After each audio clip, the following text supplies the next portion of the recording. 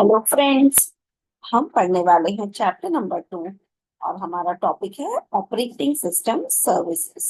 Chapter number 2 है operating system structure. तो हम एक एक करके देखते हैं कि ऑपरेटिंग सिस्टम स्ट्रक्चर में हम क्या देख रहे हैं कि ये जो ऑपरेटिंग सिस्टम स्ट्रक्चर है इसमें ऑपरेटिंग सिस्टम सर्विसेज आ जाएगा, interface, system calls, what are its types, system program, operating system design and implementation, operating system structure, virtual machines, operating system generation and system routes. ये हमारे topics है chapter 2 के। अब objective क्या है इसको पढ़ने का कि हमें समझना है कि ऑपरेटिंग सिस्टम के सर्विसेज कौन से हैं, user, process and other systems, and we have to discuss the various ways of structuring operating system and explain how operating systems are installed and customized. Operating system services. तो पहले देखते हैं कि operating system services में आता है user interface. जैसे कि हमारे पास ये जो सामने एक इंटरफेस दिख रहा है जिससे यूजर हम जो यूजर है वो हम कंप्यूटर के साथ इंटरेक्ट कर रहे हैं। तो ये हमारा हो गया ग्राफिकल यूजर इंटरफेस, या फिर हमारा हो सकता है कमांड लाइन इंटरफेस। मतलब ये जो कमांड प्रॉम्प्ट जिसमें हम कमांड्स टाइप करते हैं, देखिए ये हम सीएमडी टाइप करते हैं तो हमें कमांड प्रॉम्प्ट मिल जाता है। तो ये जो कमांड प्रॉम्प्ट है इसमें अगर हम लिखते हैं सीडी और फिर हम कोई भी ड्राइव का नाम लिखते हैं तो हम उस ड्राइव में एंटर कर सकते हैं। इसको हम बोलते हैं CLI, that is command line interface. Graphical user interface मतलब हम जो माउस से मूव करके एक एक एप्लीकेशन को ओपन करते हैं। जैसे हमने यहाँ पर फाइल एक्सप्लोरर में जाके फाइल्स ओपन कर दिया तो ये हो गया हमारा ग्राफिकल यूजर इंटरफेस। तो ये दो मोड में हम ऑपरेटिंग सिस्टम को रन कर सकते हैं। अब नेक्स्ट देखते हैं कि प्रोग्राम एग्जीक्यूशन। प्रोग्राम एग्जीक्यूशन क्या है कि हम जब भी कोई प्रोग्राम को एग्जीक्यूट करते हैं तो हम उसे पहले मेन मेमोरी में लोड करते हैं, फिर हम उसे रन करते हैं। इनपुट आउटपुट मतलब अगर हम कंप्यूटर से कोई भी इनपुट या आउटपुट लेते हैं, जैसे हम कीबोर्ड से इनपुट लेते हैं और मॉनिटर पे डिस्प्ले करते हैं, तो ये हो गया हमारा input output. File system manipulation मतलब हम कोई भी फाइल ओपन कर रहे हैं यहाँ पर।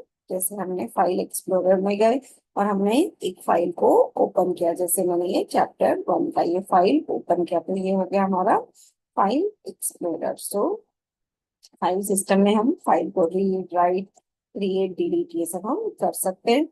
फिर आता है कम्युनिकेशन। कम्युनिकेशन मतलब जो प्रोसेसेस के बीच में जो कम्युनिकेशन होता है, प्रोसेस टू प्रोसेस कम्युनिकेशन। फिर आता है एरर डिटेक्शन। एरर बहुत सारे टाइप के हो सकते हैं, जैसे कि अगर कोई भी हमने फाइल लिया और वो एग्जिस्ट नहीं करता है तो एक एरर डिस्प्ले होता है। हम किसी प्रोग्राम को सर्च कर रहे हैं और वो एग्जिस्टिंग नहीं है या फिर उसका नाम चेंज हो गया है, तो इस तरह का अलग अलग टाइप का एरर आ सकता है। तो वो हो गया हमारा एरर डिटेक्शन।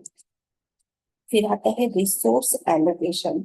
रिसोर्स एलोकेशन मतलब जैसे कंप्यूटर के अंदर है सीपीयू, इनपुट आउटपुट डिवाइसेस, तो ये जो फाइल स्टोरेज, मेमोरी एलोकेशन, ये सब हमारा रिसोर्स एलोकेशन में आ जाता है। फिर आता है अकाउंटिंग। अकाउंटिंग मतलब keep track of users, how much and what kind of computer resources. जो मतलब जैसे कि हमारे पास अलग अलग यूजर्स है तो अलग अलग यूजर्स और कितना मेमोरी स्पेस रिक्वायर्ड है, कितना इनपुट आउटपुट रिक्वायरमेंट है, वो हमारा अकाउंटिंग हो गया। प्रोटेक्शन एंड सिक्योरिटी, इसमें हम जो सिस्टम है उसको हम प्रोटेक्ट कैसे करेंगे, इनपुट आउटपुट डिवाइसेस, फाइल्स, इसको हम सिक्योरिटी कैसे प्रोवाइड करेंगे, that is all about protection and security. Now CLI, that is command line interface, allow direct command entry।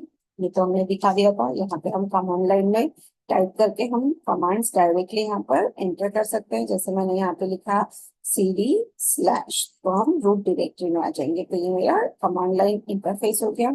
Sometimes implement kernel, sometimes system program. तो अलग अलग तरह के ऑपरेटिंग सिस्टम होते हैं, उसमें हम अलग अलग तरह से CLI को यूज कर सकते हैं। User friendly desktop. तो यूजर फ्रेंडली डेस्कटॉप क्या है कि जहाँ पे यूजर को हमें एक इंटरफेस मिल गया। जैसे ये देखिए ये मेरा एक यूजर फ्रेंडली इंटरफेस है। यहाँ पर मैं कोई भी फाइल को सिलेक्ट करके इसको डबल क्लिक करके ओपन कर सकती हूँ। जैसे ये पावर पॉइंट है, मेल है, तो इसको मैं आइकॉन्स, फोल्डर्स, ये मेरा डिस्प्ले हो जाएगा और मैं इसको ओपन कर सकती हूँ।